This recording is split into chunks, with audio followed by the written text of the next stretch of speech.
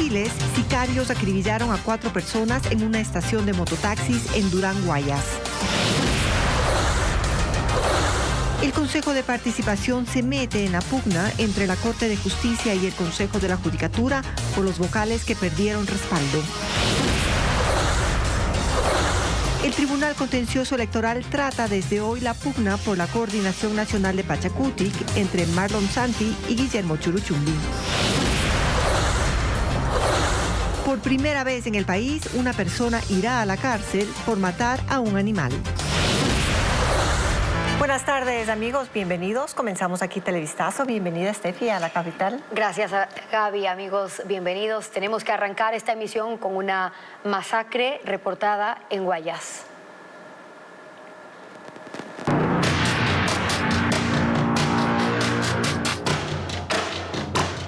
Violencia, la estela incontenible.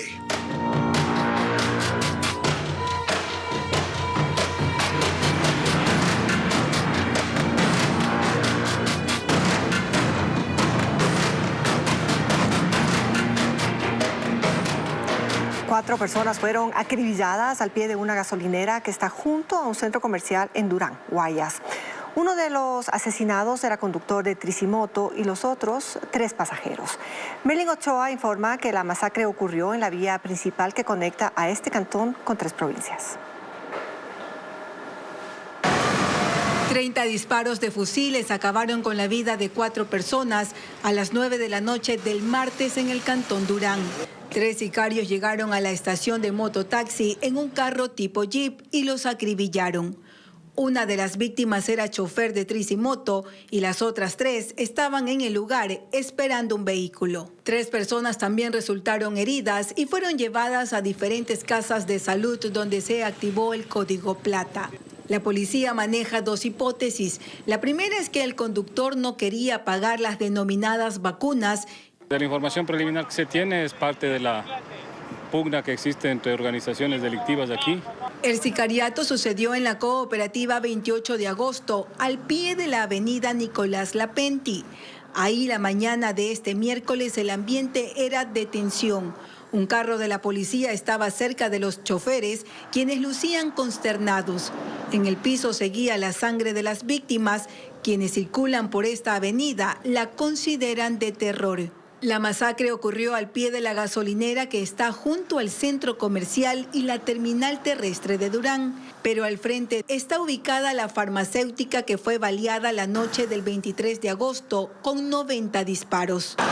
La vía conecta a Guayaquil con las provincias de Los Ríos, Azuay y El Oro.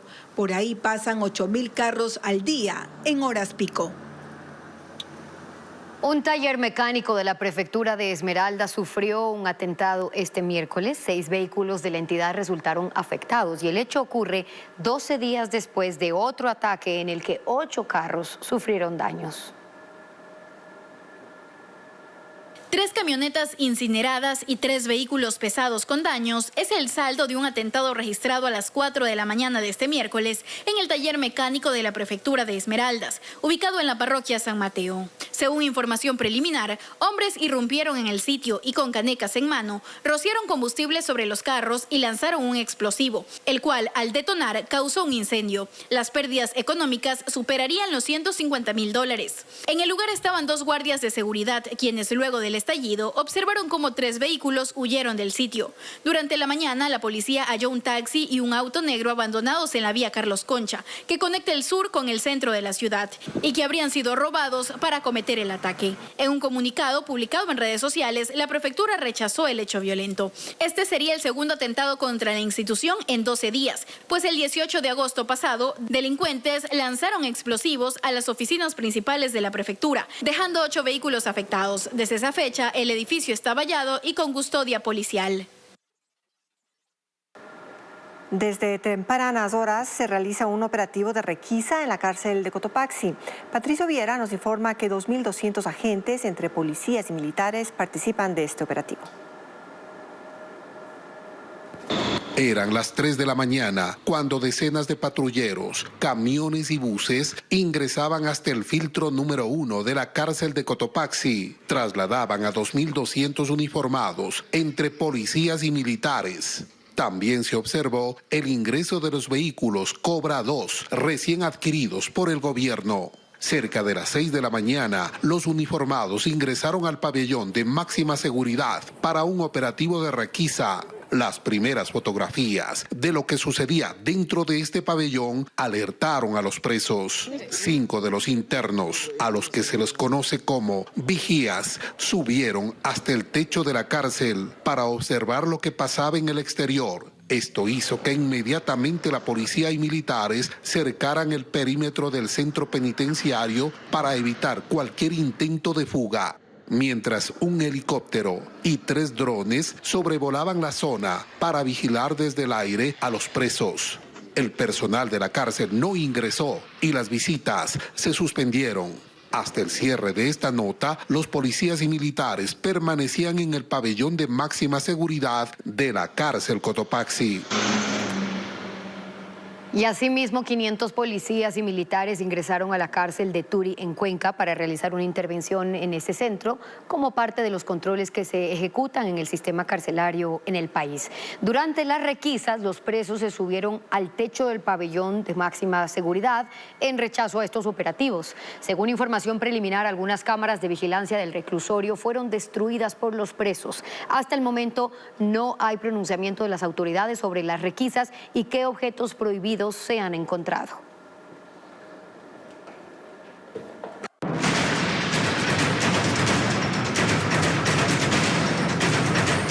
Judicatura, Rincón de los Milagros.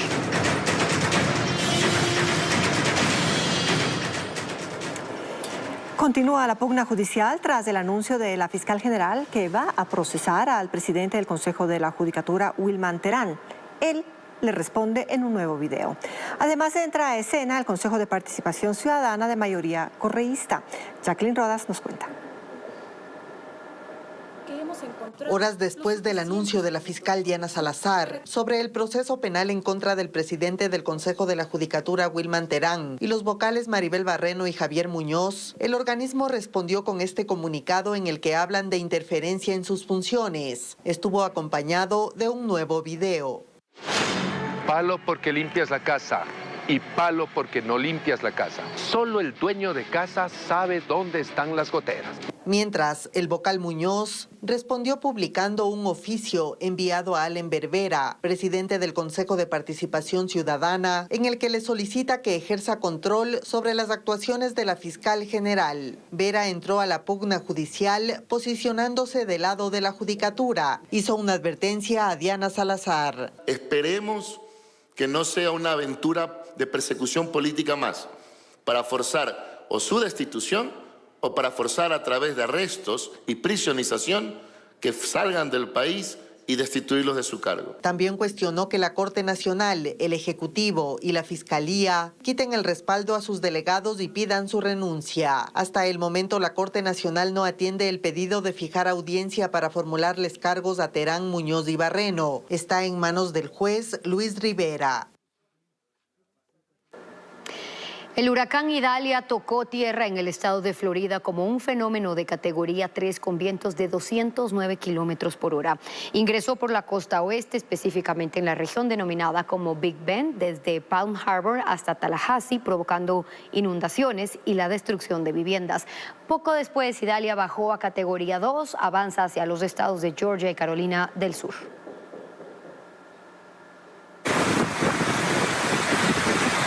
Idalia ingresó a Florida por la playa de Keaton como un huracán de categoría 4 y en su avance por el territorio redujo su potencia. Los servicios de emergencia habían previsto que causara severos daños, por lo que desde ayer cerraron carreteras, puertos y se suspendieron las clases en Tampa y en Orlando.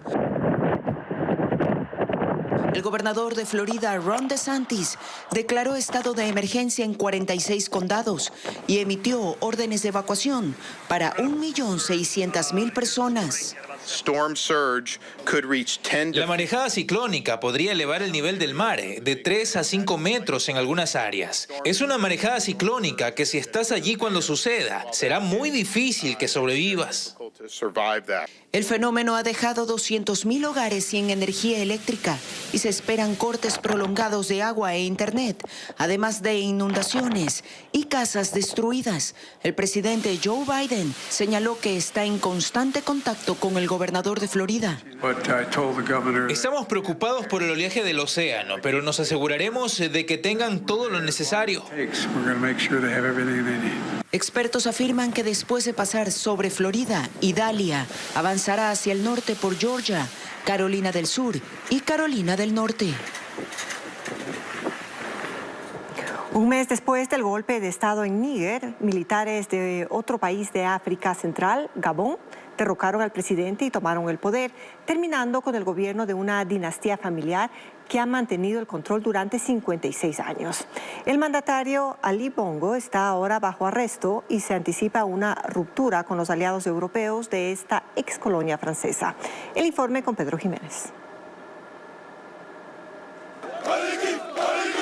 El golpe de Estado en Gabón está comandado por el general Brice Oligui, un poderoso militar, jefe máximo de la Guardia Republicana. En Libreville, la capital, decenas de personas celebraban la acción. Y el vocero del ejército notificó que el mandatario Ali Bongo está bajo arresto, acusado por traición a las instituciones del Estado, malversación masiva de fondos públicos, corrupción activa y tráfico de drogas. Ali Bongo es presidente desde 2009, fue reelecto en 2016 y hace 4 días ganó una vez más las elecciones presidenciales.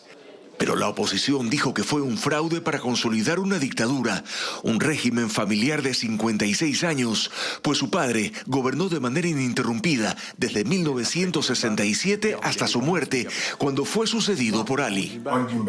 En un mensaje transmitido desde la residencia oficial, el mandatario derrocado llamaba al mundo a denunciar el golpe y pedía apoyo internacional. Gabón, ex colonia francesa, se independizó en 1960 al igual que otros países africanos, pero había mantenido buenas relaciones con Francia. El gobierno de Emmanuel Macron condenó el golpe en un país en el que tiene presencia militar e intereses económicos con industrias petroleras, el mayor recurso natural de ese país. De consolidarse el régimen militar de transición, será el 8º país africano y una ex colonia francesa más con golpes de Estado militar en apenas 3 años.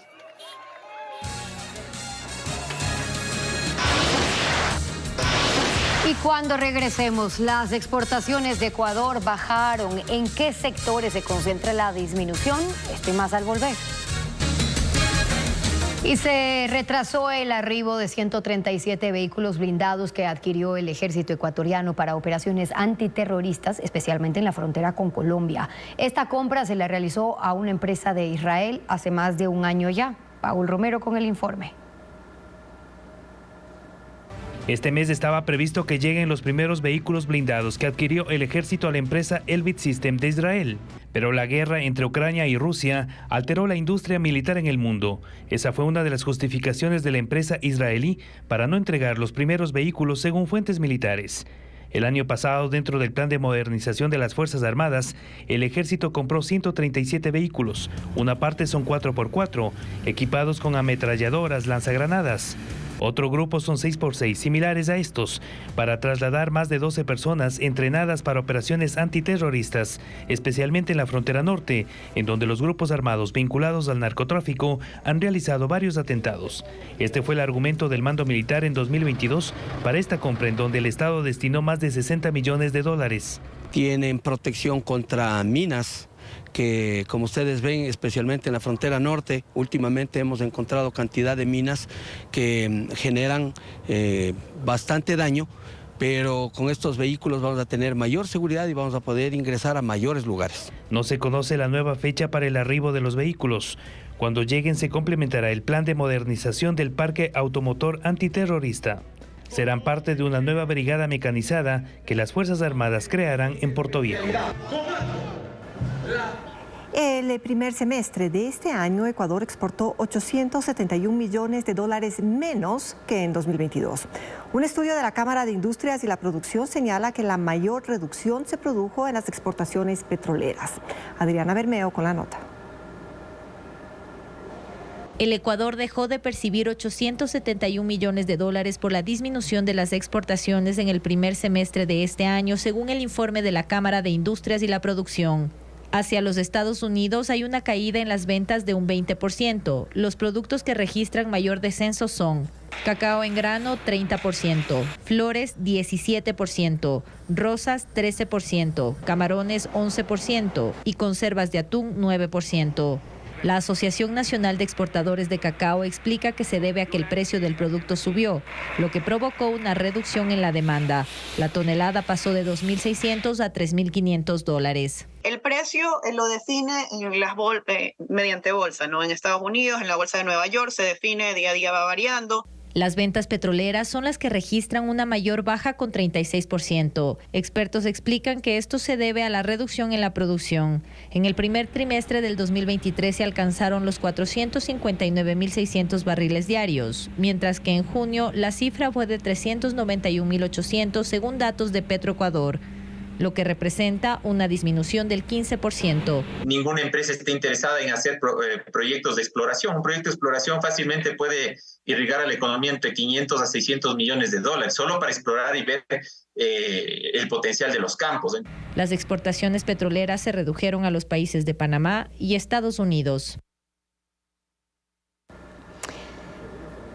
En diciembre se podría posesionar el nuevo presidente de la República, según las previsiones del Consejo Electoral. La repetición de los comicios de asambleístas en el exterior también incide en la fecha. Patricio Díaz tiene los datos del calendario para los sufragios. La decisión del Consejo Nacional Electoral de repetir las elecciones en el exterior sí podría influir en la fecha en la que se posesionará el presidente de la República.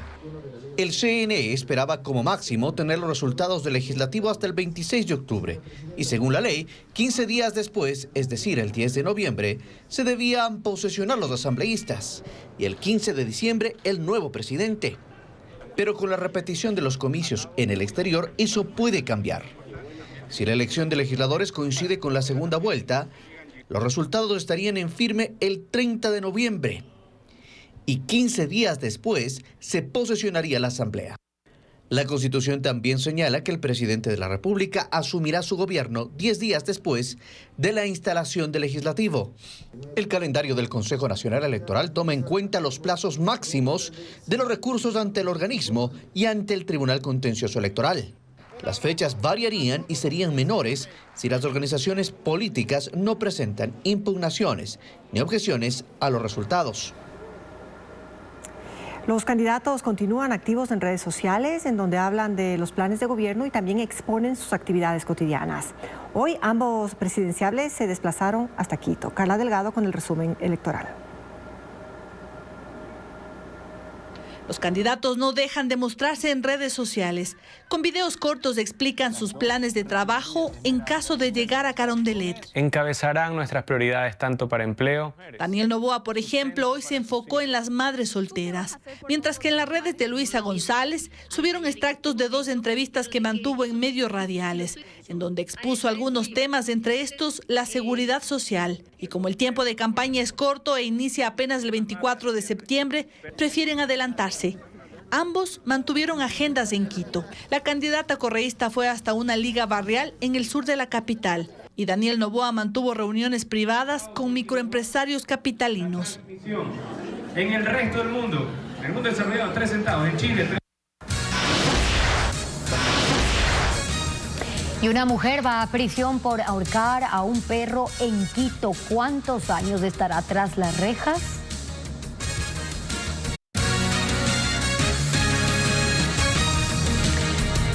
Y por primera vez en el país, una mujer fue sentenciada a prisión por maltratar a un animal. La acusada ahorcó a un perro en noviembre del 2022 y este martes un juez penal la sentenció a 3 años de cárcel. Rafael Hermida cuenta sobre el caso. El 17 de noviembre del 2022, este video se viralizó en redes sociales. Era una mujer que sostenía una cuerda de donde colgaba Spike, un husky de 1 año y 7 meses de edad. El hecho ocurrido en la Argelia, sur de Quito, causó conmoción y organismos de defensa de los animales se unieron en favor de Spike y su familia. Este martes, un juez penal del sur de Quito sentenció a la mujer a 3 años de prisión. Pudimos demostrar con todas las pruebas que no fue solo un mero hecho de maltrato animal, sino fue asesinato a un animal de compañía y lo demostramos. El sufrimiento fue post-mortem, es decir, se demostró el agravante y por eso tiene el máximo de la pena. Pero además otorgó medidas de reparación integral. La atención psicológica a esta persona, ya que no es la primera vez que mata perros, disculpas públicas y reconocimiento público de los hechos. Esta sentencia podrá ser apelada por la defensa de la acusada, que ya inició una acción legal. Organismos de rescate animal afirman que este caso marca un precedente en el país. Este es el primer caso en el que se otorga la pena máxima por maltrato animal. En otros procesos, solo se han logrado multas económicas y sentencias a horas de trabajo comunitario. El Tribunal Contencioso Electoral inició una audiencia para resolver si confirma a Guillermo Churuchumbi como coordinador de Pachacutic o repite las elecciones internas del movimiento. Nos informa Patricio Díaz. A la audiencia en el Tribunal Contencioso Electoral fueron convocados Guillermo Churuchumbi, quien busca se lo confirme como coordinador nacional de Pachacutic, y los miembros del Tribunal Electoral del movimiento, que en su mayoría piden se repitan las elecciones internas. La pugna nació en mayo, cuando en medio de gritos y empujones se realizó la elección del coordinador. Acto que fue impugnado y este miércoles el Tribunal Contencioso Electoral llamó a las partes para que presenten pruebas y testimonios. Churuchumbi llegó con sus simpatizantes y asegura tener los argumentos suficientes para que se lo confirme como el nuevo coordinador. Que actúen en derecho y en justicia, puesto que las elecciones internas del movimiento Pachacutic se desarrolló con absoluta transparencia, con procesos participativos y sobre todo con veeduría. Del lado del Tribunal Interno del movimiento acudieron presencialmente Rafael Lucero y de manera virtual la vicepresidenta Jessica Castillo, que decidieron la repetición de la elección. Esto tiene el respaldo de la dirigencia saliente, que cuestionó también la forma en la que se realizó la votación, desplazando a las autoridades del movimiento y del mismo tribunal. Se tomaron el Congreso y las elecciones fue dirigida por el presidente de la CONAIE, que esa es una legalidad, primeramente. Segundo, hubo alteraciones en el padrón electoral. Sin embargo, Santi asegura que si el contencioso da la razón a Churuchumbi, ellos cumplirán con lo dispuesto. Nosotros vamos a entregar los bienes inmuebles, todos los informes políticos, económicos y todo lo que existe en Pachacutic en las manos de él. Churuchumbi, en cambio, tiene otra posición si el tribunal no lo confirma como coordinador. Y en caso de no resolver, ya nos conocen cuál será nuestro actuar, nuestra decisión, puesto que también tenemos el derecho a la resistencia. El juez electoral Guillermo Ortega, días después de la audiencia, notificará a las partes sobre su resolución. Y en medio de acciones de protección que fueron resueltas de manera express tanto en Huayaguachi como en Balsas, Petroecuador adjudicó el contrato de seguros de todo riesgo petrolero y responsabilidad civil, marítima y no marítima a Seguros La Unión. Esta licitación fue motivo de una reunión que quedó registrada en audio y video entre un representante de la aseguradora que tenía ese contrato y lobistas que aseguraban que podían dar de baja el concurso. La contratación del seguro de todo riesgo petrolero y responsabilidad civil de Petroecuador continúa levantando polvo. Ese contrato de casi $100 millones motivó una reunión entre el representante de la empresa que actualmente maneja ese seguro y lobistas, quienes a cambio de $1 millón ofrecían conseguir una extensión de al menos 6 meses. El video y un audio de 48 minutos motivó la desvinculación de un funcionario del Ministerio de Gobierno y el inicio de una investigación fiscal que dispuso también allanamientos. Pero ahí no quedó la cosa, porque resulta que una ciudadana, a pocos días de que venza la vigencia del seguro de todo riesgo petrolero, que está en manos de las compañías Hispana y Latina, interpuso una acción de protección en Yaguachi. Y cuando se habla de decisiones judiciales polémicas en Yaguachi, salta casi siempre el nombre del juez John Rodríguez Mindiola, a quien bien podrían llamar el Veloz, porque el requerimiento de medidas cautelares se presentó a las 2 de la mañana del 28 de agosto y el juez Rodríguez ya tenía una resolución lista a las 11:30 de ese mismo día. Allí dispuso a Petroecuador que suspenda la licitación y recomendó que se declare desierto el proceso. Este fallo, curiosamente, cumple con los objetivos que se negociaron en la reunión que se registró en audio y video. Pero el concurso no se suspendió, porque si hubo acción de protección en Yaguachi, pues también hubo otra en Balsas a día seguido. En ese remoto cantón de la provincia de El Oro, otra ciudadana solicitó medidas cautelares contrarias a las que emitió el juez de Yaguachi. En Balsas se dispuso a Petroecuador la inmediata ejecución de la adjudicación del proceso. Y que nadie diga que la justicia es lenta, porque al juez de Balsas, Edulfo Aguilar Heredia, a las 9:12 de ayer le comunicaron que debía conocer la causa. Y a las 12 ya había resuelto. Pero mientras en los juzgados de Yaguachi y Balsas expedían resoluciones express, Petroecuador resolvió acoger el informe de la comisión técnica y adjudicar el contrato a la Unión Compañía de Seguros por el valor de $98.600.000 sin incluir IVA y un plazo de ejecución del contrato de 730 días. En esta licitación, Seguros La Unión presentó la única oferta. Y en otro tema vinculado al juez John Rodríguez, su destitución no ha sido ejecutada. Incluso el magistrado presentó una apelación a la sanción impuesta por el Tribunal Contencioso Electoral por haberle restituido los derechos políticos a Jorge Glass. El funcionario también es procesado por prevaricato y el lunes será sometido a audiencia de formulación de cargos. Luisa María Heredia con el caso. El juez John Rodríguez Mindiola de la Unidad Judicial Multicompetente del Cantón Yaguachi y Provincia del Guayas fue sancionado por el Tribunal Contencioso Electoral el 24 de agosto pasado. Sin embargo, continúa desempeñando sus funciones. Por disposición del organismo, Rodríguez debía ser destituido de su cargo. El magistrado, según el contencioso, cometió una infracción prevista en la ley como muy grave: interferir en la función electoral, al haberle devuelto los derechos políticos al ex vicepresidente Jorge Glass, quien aún cumple sentencias por corrupción, para que el movimiento Revolución Ciudadana lo pueda inscribir como candidato presidencial en los comicios anticipados del 20 de agosto pasado. Sin embargo, el magistrado presentó una apelación al fallo y hasta que el contencioso la resuelva se mantendrá en su despacho, ejerciendo como servidor judicial, y las decisiones que tome o las sentencias que emita gozarán de legitimidad. Para Rodríguez Mindiola, el tribunal impuso también una multa de $31.500 y le quitó los derechos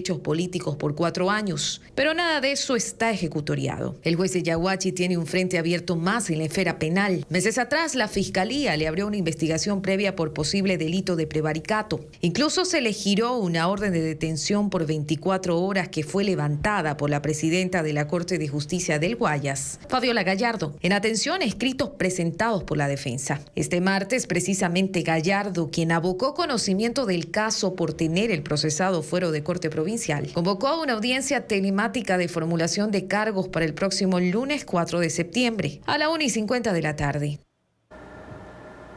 En Quito, las autoridades del aeropuerto Mariscal Sucre anunciaron que se realizarán mantenimientos durante el mes de septiembre y de octubre.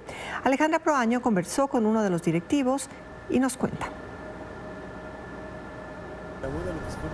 El aeropuerto Mariscal Sucre de Quito suspenderá sus operaciones algunas horas durante 8 sábados debido al mantenimiento preventivo en pista. Así lo anunció la compañía Quiport. El sábado 2 y el sábado 9 de septiembre, el cierre de operaciones para el mantenimiento se va a realizar entre las 2 de la mañana y las 2 de la tarde. En cambio, los días 16, 23 y 30 de septiembre, así como los sábados 14, 21 y 28 de octubre, los cierres van a ser desde las 2 de la mañana hasta el mediodía. Estos trabajos garantizarán la eficiencia y seguridad de las operaciones aéreas para evitar futuros cierres imprevistos. Las aerolíneas fueron notificadas a fin de que puedan organizar los vuelos e informar adecuadamente a sus pasajeros. Y hoy arrancó el Festival de Cine de Venecia con 23 películas que buscan el León de Oro. Y para los amantes de la naturaleza, el Jardín Botánico de Quito abrirá de forma gratuita. Estefanía Arias con los detalles. Por el mes de las artes, el Jardín Botánico de Quito abre sus puertas de forma gratuita. Los visitantes podrán acceder al sitio los días miércoles 30 y jueves 31, de 10 de la mañana a 3 de la tarde. Este espacio natural cuenta con especies de los principales ecosistemas del país, como humedales de la sierra, bosque nublado y matorral seco, además de invernaderos. Tashi Duncan. El Festival de Cine de Venecia, uno de los acontecimientos más prestigiosos de la industria cinematográfica mundial, arrancó hoy en el Lido. La película Comandante del director italiano Edoardo De Angelis abrió esta edición número 80. Entre los filmes participantes también están Maestro, de Bradley Cooper, y Priscilla, de Sofía Coppola, que cuentan la historia de la única esposa del considerado por muchos como el rey del rock and roll, Elvis Presley. Son 23 películas nominadas al León de Oro en el festival, que terminará el 9 de septiembre.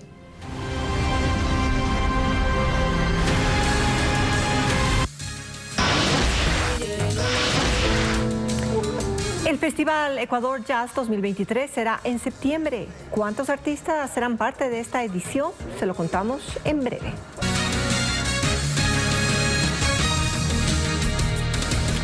La tendencia de patos amarillos en redes sociales inundaron las principales ciudades del Ecuador. En menos de un mes, este juguete se ha convertido en el preferido de niños y adultos. Pero, ¿dónde surge esta moda? Bueno, Vanessa Robles con el reportaje. Si hay algo que saben aprovechar los comerciantes del Ecuador, son las tendencias. Y el pato kawaii es la referencia más acertada de cómo en menos de un mes este muñequito ha invadido calles, kioscos. El juguete tiene un resorte en la parte inferior, adherido a una vincha. ¿Cuándo surgió esta moda amarilla? Los vendedores lo saben. Salió para la fiesta de Guayaquil.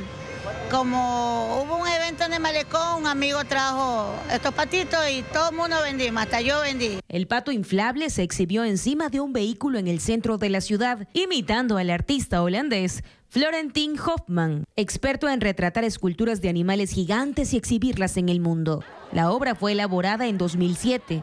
Medía 26 metros y fue expuesto por primera vez en Francia, y de allí recorrió 50 países. Lo cierto es que la popularidad del patito también llegó a Quito. Los que vinieron a visitar el centro histórico se fueron llamando su pato, con decirle que ya está agotado el pato, ya no hay el pato. Otros lo adhieren a sus gorras o cabello.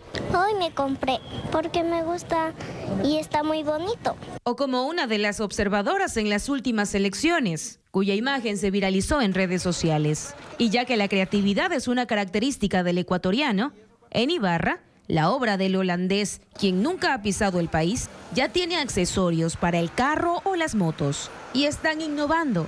También se venden en forma de lobos, conejos y osos. Como está en tendencia del TikTok, entonces, la gente como le gusta la novelería, entonces, aprovechamos nosotros para vender. En la Tacunga se observan en bolsos, termos y peluches. Aunque los patos de Hofman no se llaman kawaii, el término se puso de moda aquí, que en español se traduce como tierno o bonito. Solo por citar un ejemplo, uno de los importadores del juguete en Guayaquil vendió cerca de 60,000 unidades en tan solo 3 días.